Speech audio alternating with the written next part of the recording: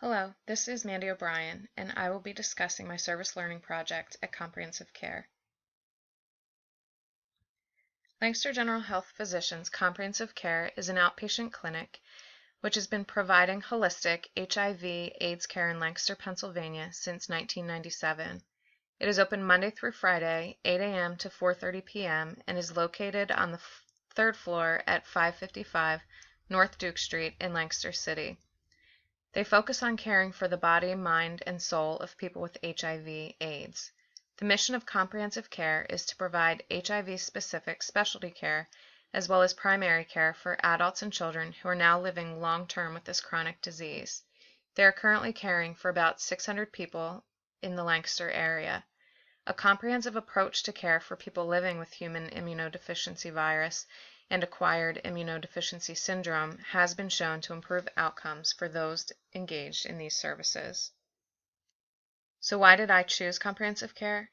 I have worked as a nurse for 17 years, all of which have been devoted to cardiovascular disease. When I took the Introduction to Capstone course, I decided I wanted to learn about something new, something that I was completely unfamiliar with. I looked at the list of agencies we were provided with, did some research, and read an article online about Hope House in Lancaster, which used to offer assisted living services for people living with HIV. My knowledge about HIV treatment was very limited, and my exposure to HIV patients was also limited, but actually seemed to be increasing in my current work setting. Reading the article sparked my interest in HIV. I did some additional research and then found Comprehensive Care. I saw the service learning project as an opportunity to learn and gain personal experience in an area where I had very little familiarity. The needs of the HIV/AIDS population are unique, and I wanted to learn more about the issues people living with HIV and AIDS experience. Despite advancements in diagnosis and treatment of HIV in the last 35 years, HIV continues to be a problem in the United States. Approximately 1.2 million people over the age of 13 in the United States are living with the diagnosis of HIV/AIDS. More than 650,000 Americans have died of AIDS since 1981. Despite widespread availability of testing, an estimated 13% of adults in the United States are unaware of their status. HIV continues to be diagnosed primarily in gay and bisexual men, but with proper treatment, the life expectancy of someone with HIV is nearing their uninfected counterparts. As mentioned, Comprehensive Care provides care for people living with HIV and AIDS, but they also provide care for some of the partners, spouses, and children of their HIV-infected patients. When I started volunteering, the Comprehensive Care team was comprised of 5 physicians, 3 nurses, all of which were LPNs, a social worker who serves as the case manager, and a data clerk. All physicians are family health practitioners who are certified in HIV care. In addition to providing primary care services, the physicians at Comprehensive Care provide CD4 or T-cell count monitoring and viral load testing. They prescribe antiretroviral medication for HIV treatment and provide access to clinical trials. The physicians also provide referrals to other medical specialists as needed. People living with HIV and AIDS have many needs. Once a devastating illness with a high mortality rate, HIV has now become a manageable chronic condition. The advent of antiretroviral therapy has made this possible. ART is an effective means of controlling the viral load or presence of the virus in the body, which helps prevent the progression of the virus to AIDS. A low viral load also makes it more difficult to transmit the virus to others. ART drugs can have negative side effects or may be ineffective in controlling the virus for the individual taking them, which makes adjustment of medical therapy necessary. ART drugs can also be very expensive, and compliance with therapy may be affected by the patient's ability to pay for it. The HIV care continuum extends beyond ART therapy, however. It includes proper diagnosis, medical treatment, monitoring viral load and CD4 counts, screenings for comorbid conditions, prophylaxis and treatment of opportunistic infections, and lifelong retention in primary HIV care. Retention in HIV care helps reduce risk of HIV transmission to others as well as improve survival. There are also psychosocial issues that need to be addressed when caring for patients with HIV or AIDS. This includes anxiety, depression, and the societal stigma associated with HIV. Living with HIV is associated with a burden of unmet psychological and social problems. These psychosocial issues can have clinical implications as there is a strong link between low adherence to ART and depression.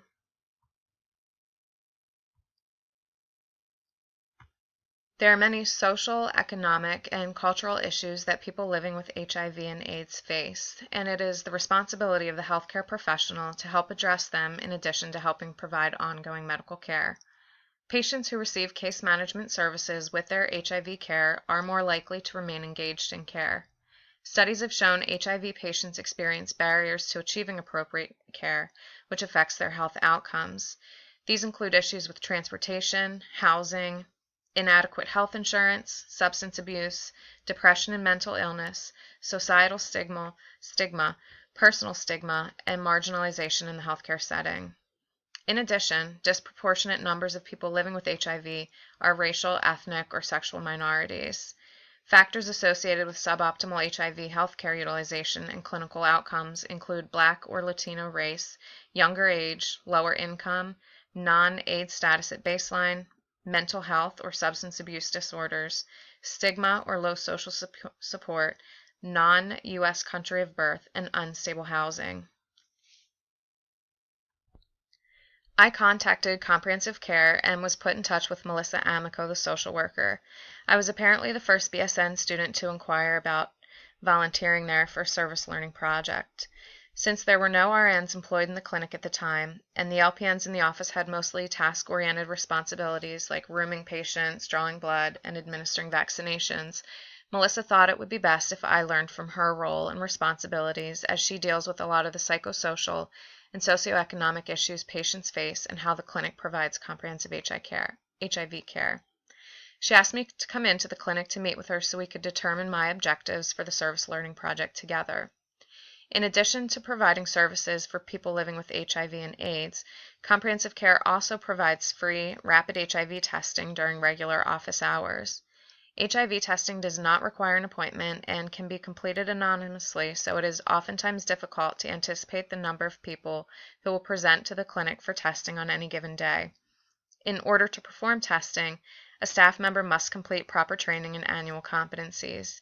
Rapid HIV testing is oftentimes completed by one of the office nurses or by Melissa or the data clerk if one of the nurses is not available. When presenting for HIV testing, many people want to disclose their fears, discuss their high-risk behaviors, and ask questions about the virus and treatment. The staff at Comprehensive Care use these opportunities to provide education in hopes of raising awareness and reducing high-risk behaviors and risk of transmission. In 2015, Comprehensive Care received $100,000 to expand and promote HIV testing in Lancaster County. There is oftentimes a need for an available person to do HIV testing, so Melissa thought it would be a good opportunity for me to learn how to do testing. She also thought I could meet with some of the patients and hear their HIV stories and potentially shadow some of the physicians. She kindly provided me with some reading materials and website links to look at prior to starting my volunteer hours, since my knowledge and experience with HIV was very limited. My service learning project objectives were as follows: to complete the learning module and training for performing rapid HIV testing before starting service learning hours, to perform rapid HIV testing on a minimum of 5 people presenting for testing during service learning hours, to provide teaching on reducing risk of HIV transmission to a minimum of 5 people presenting for HIV testing during service learning hours, and to verbalize a better understanding of how a comprehensive approach to care improves outcomes for people living with HIV and AIDS. I met my objectives by completing a My Learning Education module on rapid HIV testing and point-of-care training at Lancaster General Hospital. I shadowed the social worker Melissa to learn the process for testing and counseling. I performed rapid HIV testing and provided teaching and counseling to people presenting for HIV testing. I shadowed physicians while they saw patients for office visits, and I was able to speak with and interview some of the patients to learn about their experiences and hear their HIV stories. I also performed data collection to help the data clerk with the required data that is necessary to get grant funding for the clinic. If I was able to revise my service learning project for future students, I would recommend spending time directly with a data clerk to look specifically at the characteristics of the HIV/AIDS population in Lancaster. Anecdotally, while doing data collection, I thought I noticed a high instance of substance abuse, co-infection, and mental health issues. It also seemed like patients were generally adherent to ART and viral loads were mostly undetectable. It would have been nice to look at data over time to see how well the population has been managed over the years in the clinic. I also would like to learn more about requirements for data reporting and securing grant funding through the Ryan White Foundation. Although several patients were willing to share their HIV stories, I would have loved to spend more time directly with patients to hear their different perspectives on living with the virus. I would also like to be part of an intake visit with a newly diagnosed patient, but I'm not certain if this would be possible. Although it was probably small, I think I did make a direct impact on some of the patients because they seemed to have a deep appreciation for the fact that I was volunteering my time and had a genuine interest in learning more about them and hearing how the virus had affected their lives. Indirectly, my assistance with data collection helped with required reporting for grant funding. Before I started my volunteer hours, Melissa had warned me that many HIV-positive patients do not want students or resident physicians involved in their care. They prefer to see the same providers for office visits and are relatively private about their diagnosis because of the long-standing stigma associated with HIV. However, some patients are very willing to discuss their diagnosis and tell their HIV story. I was able to shadow a couple of the physicians while they saw patients in the office, so I did feel privileged to be involved and truly appreciated those patients who told me their personal stories.